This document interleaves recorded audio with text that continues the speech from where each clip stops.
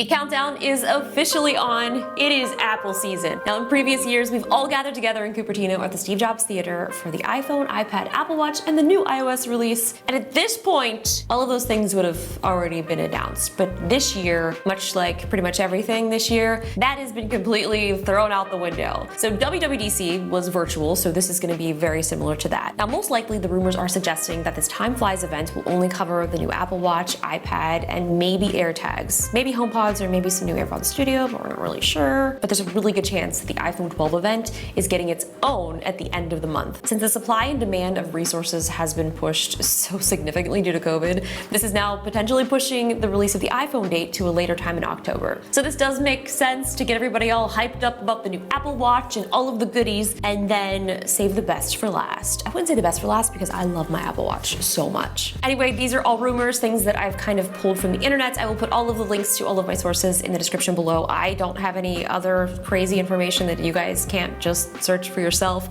but I'm kind of taking it all and recapping it all here in one video for you. I also plan on doing a live reaction recap after the event and also a very special edition of our new podcast. We just started our YouTube channel this weekend, so if you guys want to go check that out, youtube.com/samebrain, and we'll be posting a special Apple event podcast there shortly after, probably a little bit longer after because we have to edit it, so just be patient. So the Apple Watch, I would say, is probably one of my favorite tech devices almost of all time. Of course, other than the iPhone. But this has helped me so much over the past few years really quantify my health. Now, the leaks say that there has been some code found within iOS 14 that could suggest that the Apple Watch is finally adding blood oxygen detection. Now, I actually use this O2 ring sensor, and I test mine at least once a day to make sure that I'm at least in the 96 to 99% range. Now, with the integration of the sleep tracking into the new watchOS, I also think that this will have some sort of improved detection for that as well. So many of these leaks have been coming from code that they are pulling out of the various watchOS and iOS 14,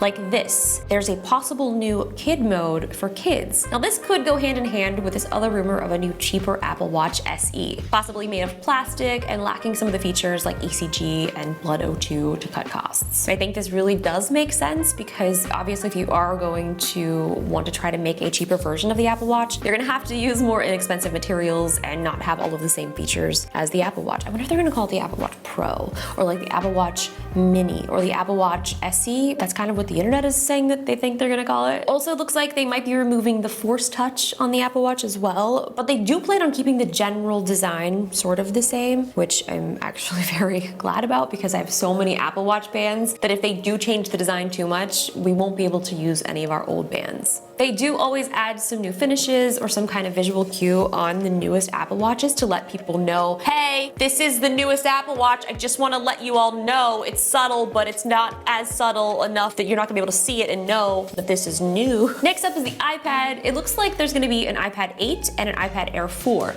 Now, we did just get an update to the iPad Pro like a few months ago with LiDAR and a spec boost. So unless they plan on releasing another iPad Pro, I feel like that's not very realistic. But these iPad Air 4 rumors are based on a pamphlet that was leaked a few months ago or like last month or something. Now, this looks like what is usually included inside of the box, but it shows a more iPad Pro looking iPad Air with the possibility of Touch ID built into the side button with USB-C. I love the iPad Air, but I also really love my iPad Pro, so kind of taking that form factor of the iPad Air, making it look a little bit more like the Pro and adding a fingerprint sensor is just, I'm here for it. The iPad Air has always been a very popular choice for its size and its cost, but it really desperately has needed an update. As for the iPad 8, I would probably imagine it's gonna get an updated camera, maybe dual cameras, probably no LiDAR, but maybe also Touch ID. I mean, if the Air is getting that, I feel like that's probably something that the iPad 8 should have as well. I mean, I don't really know. This is just something that seems logical. I haven't really seen any info that suggests that they'll be doing an update to the HomePod, but I do have my fingers crossed because I love my HomePod. Now, I think if they did some sort of HomePod Mini or really just freaking updated Siri so that she would work,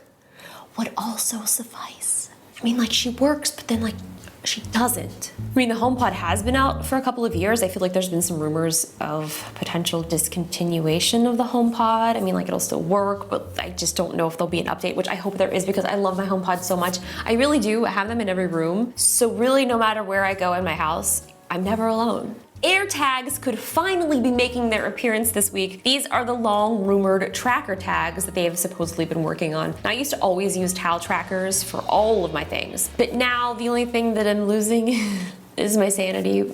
because I don't ever leave the house. So if we can get an AirTag for that, that'd be great.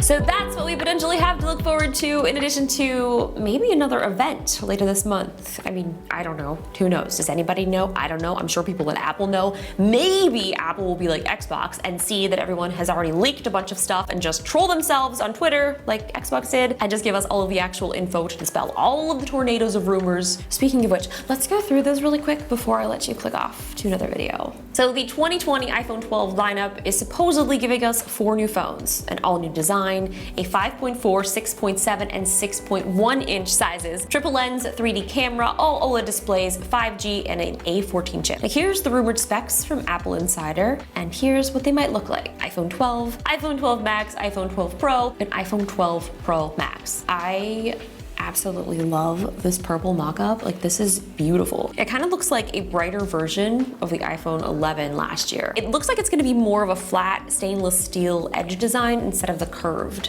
which I really like. And there's this all new potential midnight blue color, which is kind of a very nice contrast. Well, not really a contrast, but it's a very similar shade of the midnight green from last year. But I actually think that I like the midnight blue a little bit more. So I will be doing a full iPhone 12 rumor video very soon, unless everything is announced at the Apple event, and I will just then recap it for you. So until then, I will see you guys back here on my channel for all of the things.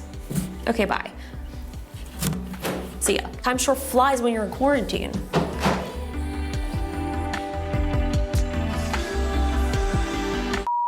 Time flies when you're having fun.